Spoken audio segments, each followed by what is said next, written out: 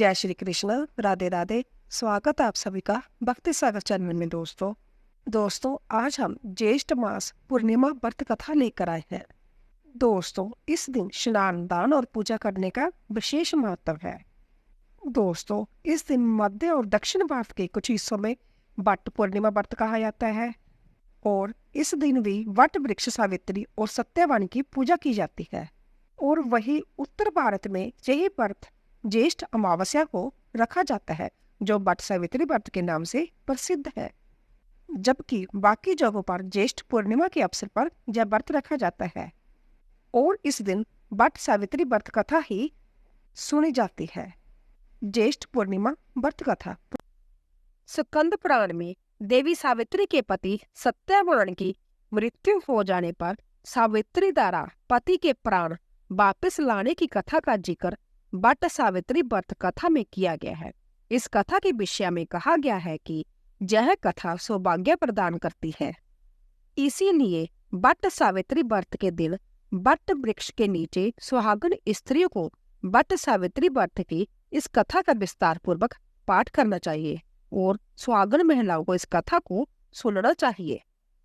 देवी पार्वती जी ने कहा, हे देवताओं के भी देवता, जगत के पति शंकर भगवान प्रवास क्षेत्र में स्थित ब्रह्मा जी की प्रिया जो सावित्री देवी है, उनका चरित्र आप मुझसे कहिए, जो उनके व्रत का महात्म्य हो और उनके संबंध का इतिहास हो एवं जो स्त्रियों के पति व्रत्या को देने वाला हो, सौभाग्यदायक और महान उदय करने वाला हो। तथा शंकर भगवान ने कहा कि हे महादेवी, प्रवास क्षेत्र में स्थित सावित्री के असाधारण चरित्र को मैं तुमको सुनाता हूँ। हे महेश्वरी, सावित्री स्थल नामक स्थान में राजकन्या सावित्री ने जिस प्रकार से उत्तम वट सावित्री व्रत का पालन किया। मद्र देश में एक धर्मात्मा राजा रहता था, जो सभी प्राणियों के हित में तत्पर रहता था। उसका नाम अशपति था। धर्मात्मा, क्षमाशील, सत्यवादी होने पर भी राजा संतान रहित था। एक समय वह राजा प्रवास क्षेत्र में यात्रा करते हुए पहुंचा और सावित्री स्थल पर आ गया। वहां पर राजा ने अपनी रानी के साथ इस व्रत को किया, जो सावित्री व्रत नाम से प्रसिद्ध सभी प्रकार की कामनाओं को पूर्ण करने वाला है।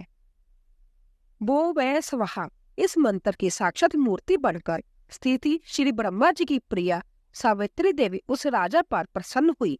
कमंडलों को धारण करने वाली वह सावित्री देवी दर्शन देने के बाद पुण्य अदृश्य हो गई। लेकिन देवी के दर्शन के पुण्य से कुछ दिनों बाद राजा अशपति के घर देवी के समान रूप वाली कन्या का जन्म हुआ, जो देवी सावित्री के अंश से ही उत्पन्न हुई थी। देवी सावित्री की प्रसन्नता से प्राप्त तथा सावित्री की पूजा करने के बाद उत्पन्न कन्या का नाम भी सावित्री ही रखा गया। वह राजकन्या देवी लक्ष्मी के समान शोभित होती हुई बढ़ने लगी और धीरे धीरे सुकोमल अंगों वाली वह कन्या यौवन अवस्था को प्राप्त हुई।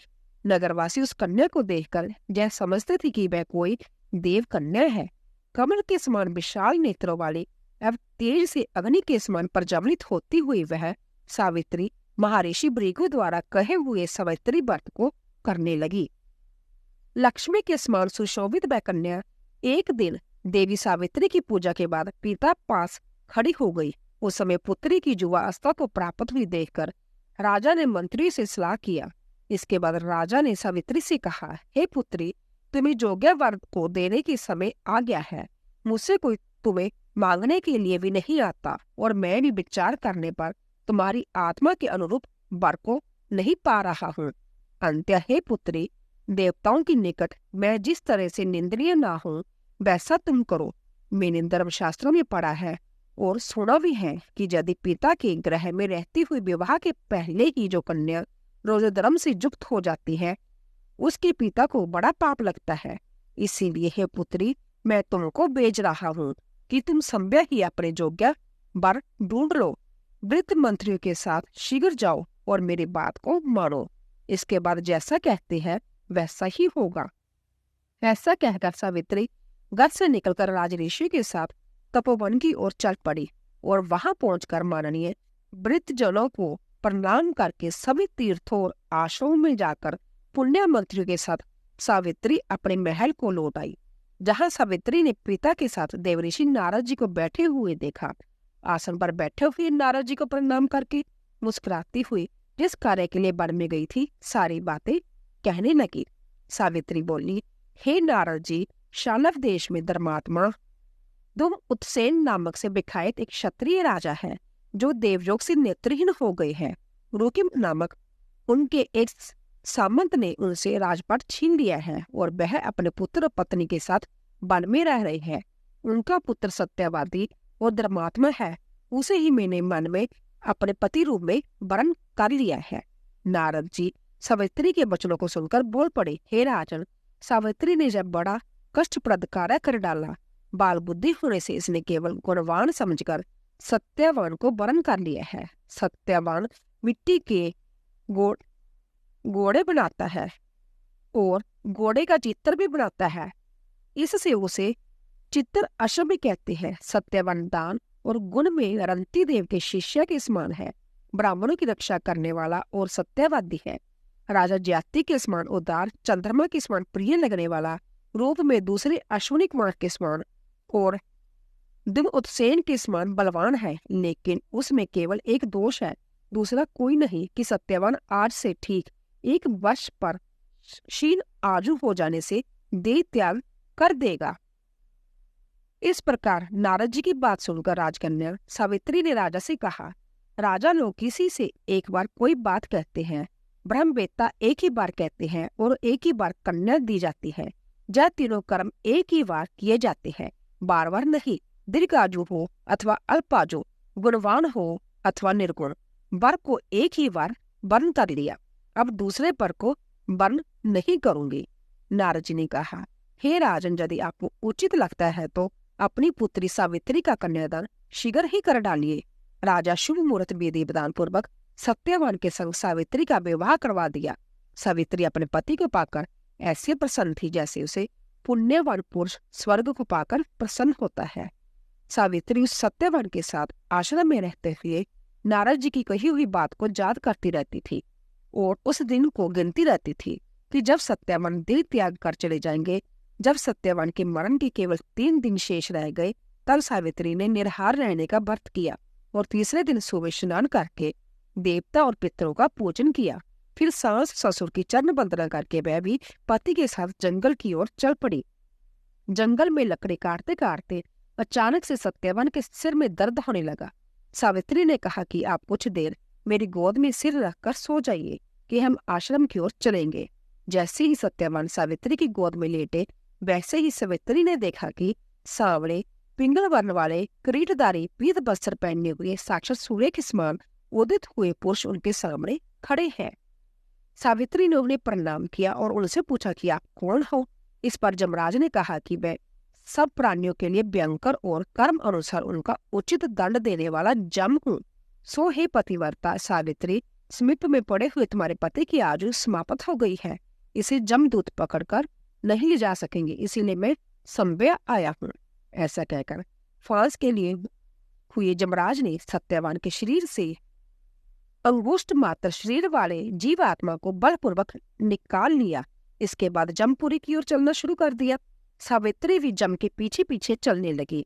यमराज ने सावित्री से कहा कि कोई भी जीव बिना आयु समाप्त हुए जम मार्ग से नहीं जा सकता।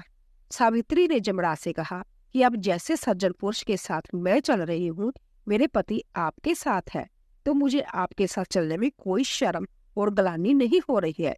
दूसरी बात, स्त्रियों के लिए इस पृथ्वी लोक में पति को छोड़कर कोई अन्य स्थान नहीं है, इसीलिए मैं आपका अनुगमन कर रही हूँ। सावित्री की मधुर बातें सुनकर जम ने कहा कि मैं तुम्हारी बातों से प्रसन्न हूँ, इसीलिए जो इच्छा हो वर मांग लो। सावित्री ने तब यमराज से अपना खोया हुआ राज्य, सास ससुर की आंखों की रोशनी और 100 पुत्रों का वरदान मांग लिया। अपने वरदान में जाल में फंसाकर यमराज ने सत्यवान की आत्मा को मुक्त कर दिया और सावित्री को लौटा दिया। सावित्री पति के साथ अपने आश्रम में लौट आई।